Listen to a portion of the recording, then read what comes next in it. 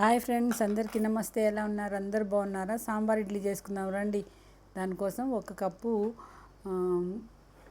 కందిపప్పు కడిగేసి శుభ్రంగా పెట్టుకొని దాంట్లో కొంచెం కరివేపాకు వేసుకున్నా అండి. అది ఎందుకంటే ఉడకబెట్టుకోవడానికి. ఒకటే టమాటా 4 చీలికలు చేసేసి వేసుకున్నాను. ఒక్క ఆనియన్ కూడా వేసుకున్నాను. 3 పచ్చిమిరపకాయలండి. సాంబార్లోకి ఇడ్లీలోకి సాంబార్ తయారు చేసుకుంటున్నాను అండి. ఆనియన్ అండి ఒకటే. మా వారు సాంబార్ కావాలన్నారు, చేశాను. అలాగే ఎవరైనా నాలాగా చేసుకునే వాళ్ళు కావాలంటే ఉంటుందనేసి రెసిపీ పెట్టాను. దాంట్లో ఒక కప్పుకి 2 కప్పులు వాటర్ లేదా 3 కప్పులు పోసుకోవచ్చండి. నేను 1 కప్పు పోసే కదా, దానికి 1 గ్లాసు మా గ్లాస్తో పోతే సరిపోతుందండి. ఇంకా కొంచెం వేసాను.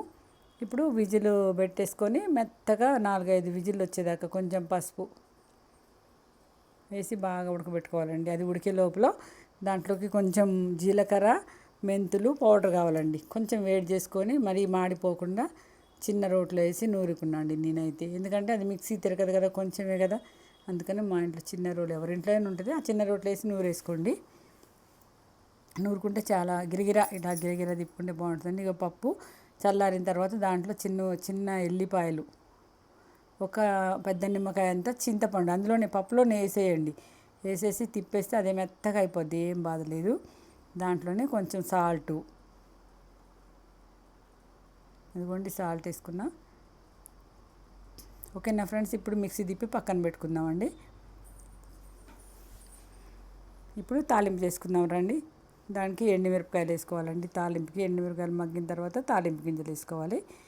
తాలింపు గింజలు కొంచెం చిట్టపట అన్న తర్వాత కరివేపాకు, ఉల్లిగడ్డలు వేసుకోవాలన్నమాట. అదిగోండి ఒక ఉల్లిగడ్డ అంటే ఆనియన్ అన్నమాట.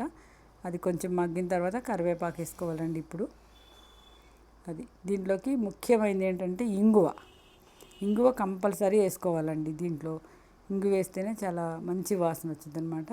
అదిగోండి ఇంగువ వేసుకోవాలి. కొంచెం ఎక్కువగానే పట్టుద్ది ఇంగువ, ఎందుకంటే సాంబార్ ఇడ్లీలోకి సాంబార్కి కొంచెం ఇంగువ వేస్తేనే బాగుంటుందండి. మామూలు సాంబార్ అయినా ఇంగువ వేస్తేనే బాగుంటుందండి చాలా. అవి కొంచెం మగ్గాలండి, మరీ ఎర్రగా అవసరం లేదు. ఇప్పుడు దాంట్లో ఆ పప్పు పోసేసుకోవాలి శుభ్రంగా. మనం మిక్సీ పట్టుకున్న పప్పు అంతా పోసుకొని, మనకి పలసగా కావాలంటే పలసగా, చిక్కగా కావాలంటే చిక్కగా వాటర్ వేసుకోవాలి. మిగతాది చూడండి, నేనైతే వాటర్ వేసానండి. ఇప్పుడు జీలకర్ర పక్కన చిన్న రోట్లో చూడండి జీలకర్ర పొడి, అది కొంచెం బెల్లం వేసుకుంటే ఏదైనా సాంబార్లో మంచిగా ఉంటుందండి టేస్ట్. ఎక్కువ వేసుకోవద్దు, కొంచెంగా. ఇప్పుడు జీలకర్రను ఇందాక మెంతులు నూరిన పౌడరు, అదిగోండి జీలకర్ర మెంతులు పౌడర్ వేస్తే సాంబార్లో మంచి టేస్ట్ వచ్చింది. సో సాంబార్ పొడి కూడా వేసుకోవాలి. నా దగ్గర సాంబార్ పొడి దొరకలేదండి, ఉంది కానీ తర్వాత దొరికింది. సాంబార్ పొడి, కొత్తిమీర ఆ 2 లేవు. నేనైతే ఆ 2 వేయలేదండి, వేసుకోవాలి. చూడండి రెడీ అయిపోయింది. ఇడ్లీలోకి సాంబార్ రెడీ. ఎంతోసేపు పట్టదండి, చట్నీ చేసినంత టైమే పట్టుద్ది.